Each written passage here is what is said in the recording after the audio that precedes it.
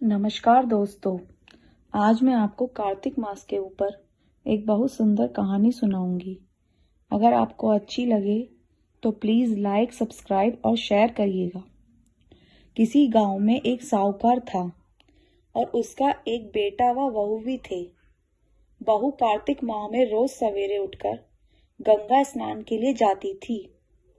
सुबह जल्दी जाते समय वह किसी भी पराये पुरुष का मुंह नहीं देखती थी।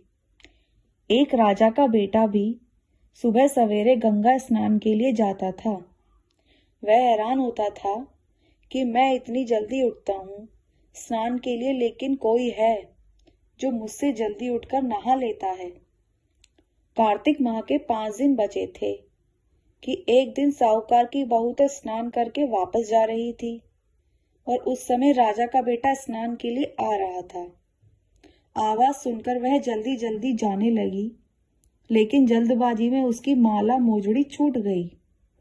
राजा के बेटे ने उसकी माला मोजड़ी उठा ली और सोचने लगा कि जिस स्त्री की यह माला मोजड़ी है वो कितनी सुंदर है, तो वह स्त्री कितनी सुंदर होगी। उसने पूरे गांव में मुनादी करवा दी कि जिसकी यह माला मोजड़ी है वह 5 रात मेरे पास आएगी। साहूकार के बेटे की बहू ने कहलवा दिया कि मैं 5 रात आऊंगी, लेकिन किसी को साग भरने बैठा देना। राजा के बेटे ने एक तोते को पिंजरे में बंद कर गंगा के किनारे पेड़ पर टांग दिया। बहू सुबह के समय आई, पहली पैड़ी पर पैर रखा और बोली, हे कार्तिक के ठाकुर, राय दामोदर, पांचों पांडु, छठे नारायण, भीकम राजा, उस पापी को नींद आ जाए। राजा के बेटे को नींद आ गई। बहू नहा धोकर चलने लगी तो तोते से बोली, सुबह सुबह तेरे गल डालूंगी हीरा, मेरी साग भरियो वीरा। सुबह बोला कि कोई वीर भी साग भरता है क्या?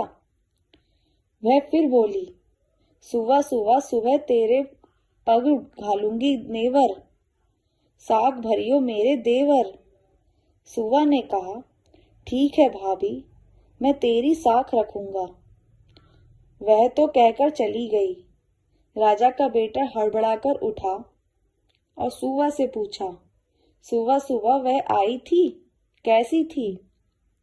सुवा बोला, आभा की सी बिजली, होली की सी झल, केला की सी कामनी, गुलाब का सा रंग।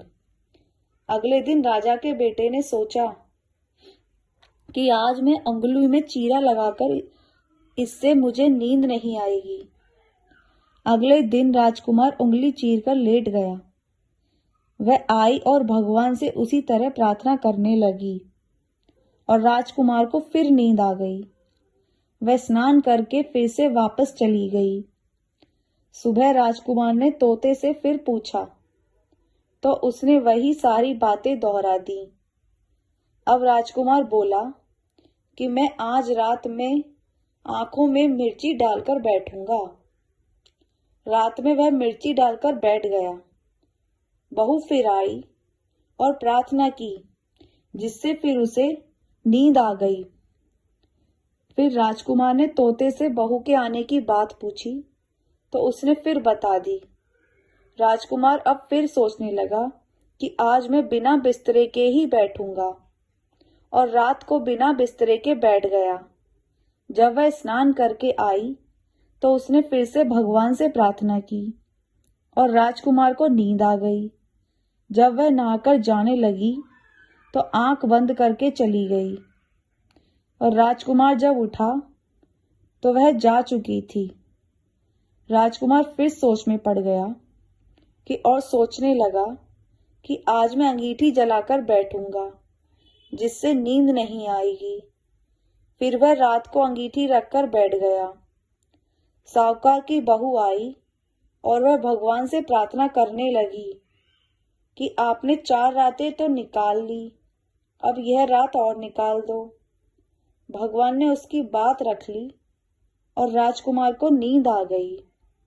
जब वह नहाकर जाने लगी तो तोते से बोली कि इस पापी को कह देना कि 5 रातें पूरी हो चुकी हैं, वह मेरे मोतियों की माला मेरे घर भिजवा दे।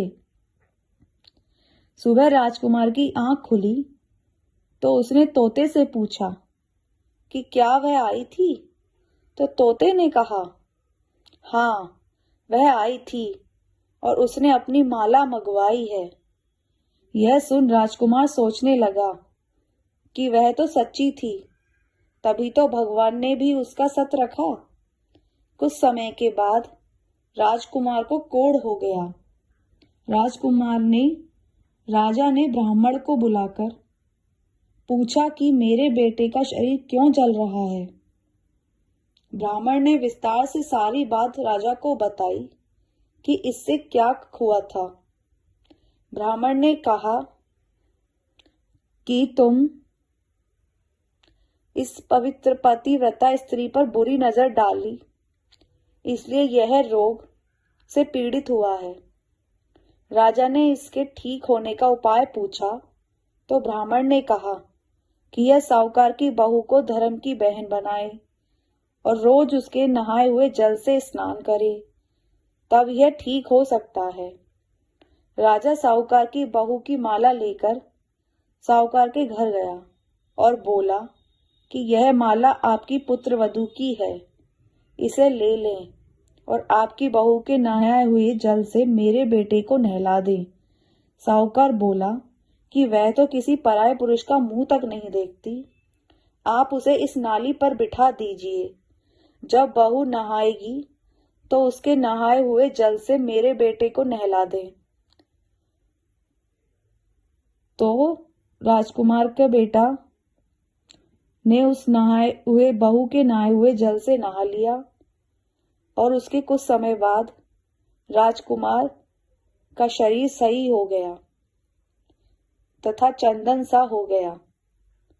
हे पंचमुख विभु देवता, जैसे आपने साहूकार की पुत्र वधू का सत रखा, वैसे ही सभी का रखना।